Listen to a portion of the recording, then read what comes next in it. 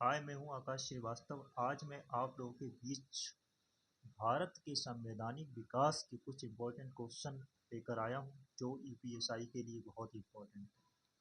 पहला क्वेश्चन है, भारत में ईस्ट इंडिया कंपनी के व्यापार एकाधिकार को समाप्त करने के लिए किस अधिनियम का गठन किया गया था? 1813 का चार्टर। एक। दूसरा क्वेश्चन है, निम्नलिखित में से किस अधिनियम को मॉन्टेग्यू चेम्सफोर्ड सुधार के रूप में माना जाता है?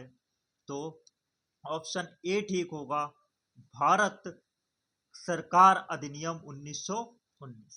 तीसरा क्वेश्चन है, 1909 के भारतीय परिषद अधिनियम को किस रूप में जाना जाता है? तो इसका ऑप्शन डी ठीक होगा, मार्ले मिंटो सुधार। आते हैं चौथे क्वेश्चन पर। 1857 के महान विद्रोह के दौरान भारत के गवर्नर जनरल कौन थे? ऑप्शन इसका सी ठीक होगा, Lord Canning.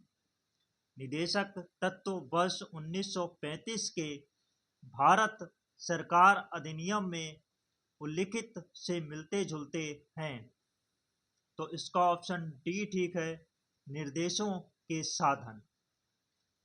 British east India company द्वारा विधवा पुनर्विवाह अधिनियम किस वर्ष में पारित किया गया था? किस वर्ष में पारित किया गया था? इसका ऑप्शन सी ठीक है, 1856 ईस्वी। भारत सरकार अधिनियम 1919 के प्रावधानों के बारे में निम्नलिखित में से कौन सा कथन सही है? तो इसमें ऑप्शन जो है वो बी सही होगा, भारत में पहली बार द्विसदनीय विधानमंडल की शुरुआत हुई। आते हैं आठवें क्वेश्चन पर। 1919 के भारत सरकार अधिनियम के पारित होने के समय पर राज्य सचिव कौन थे? राज्य सचिव कौन थे? तो एडविन मॉन्टेग्यू। Edwin Montagu. नवा क्वेश्चन, ब्रिटिश संसद के किस अधिनियम ने ईस्ट इंडिया कंपनी की शक्तियों को ब्रिटिश क्राउन को स्थानांतरित कर दिया?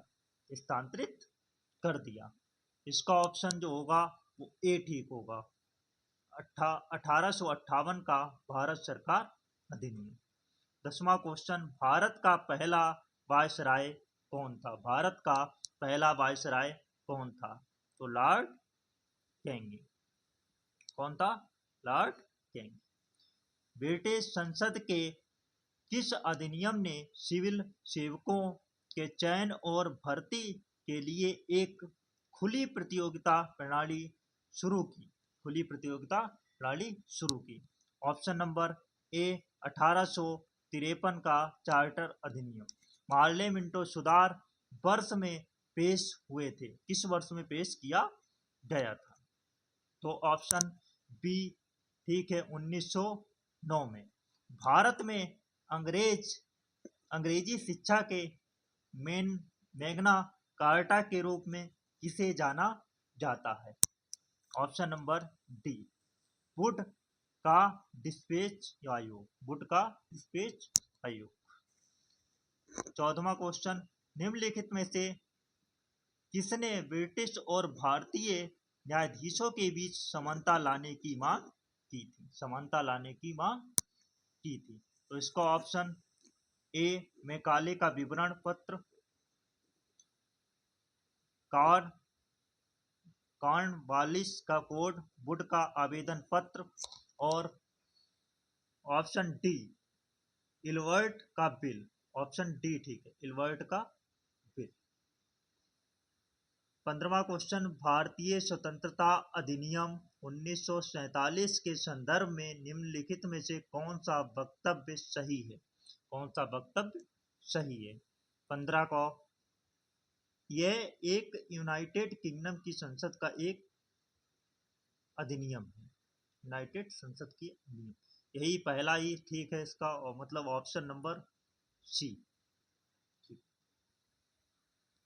सॉरी, ऑप्शन नंबर ए ठीक हो, दोनों ही ठीक है इसके। ने पहली बार देश में प्रत्यक्ष चुनाव की शुरुआत की।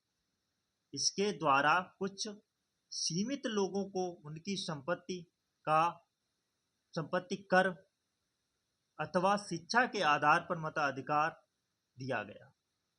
16वां ऑप्शन नंबर डी, भारत सरकार अधिनियम 1919। ब्रिटिश ईस्ट इंडिया कंपनी के समापन और ब्रिटिश क्राउन को उसके कार्यों के हस्तांतरण के लिए कौन सा अधिनियम लाया गया था? कौन सा अधिनियम लाया गया था? भारत सरकार अधिनियम 1858।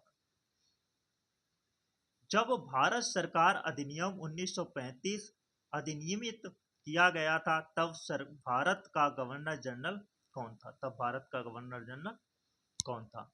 क्वेश्चन नंबर 18 का सी ऑप्शन, लॉर्ड विलिंगटन। 1940 में ब्रिटिश सरकार द्वारा बनाया गया एक प्रस्ताव था जिसमें अधिक भारतीयों को शामिल करने के लिए भारत के वायसराय की कार्यकारिणी परिषद के विस्तार का और अपने स्वयं के संविधान को तैयार करने के लिए भारतीयों के अधिकार की मान्यता का वादा किया गया था। कब? अगस्त प्रस्ताव।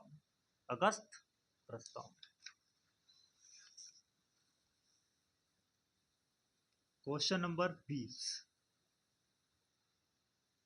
भारत का संविधान सभा द्वारा प्ररूपित किया गया था और 16 मई 1946 को कैबिनेट मिशन प्लान के अंतर्गत इसे कार्यान्वित किया गया।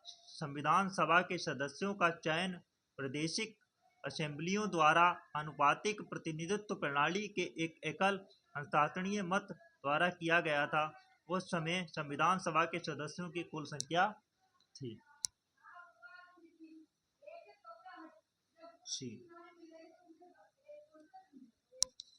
389।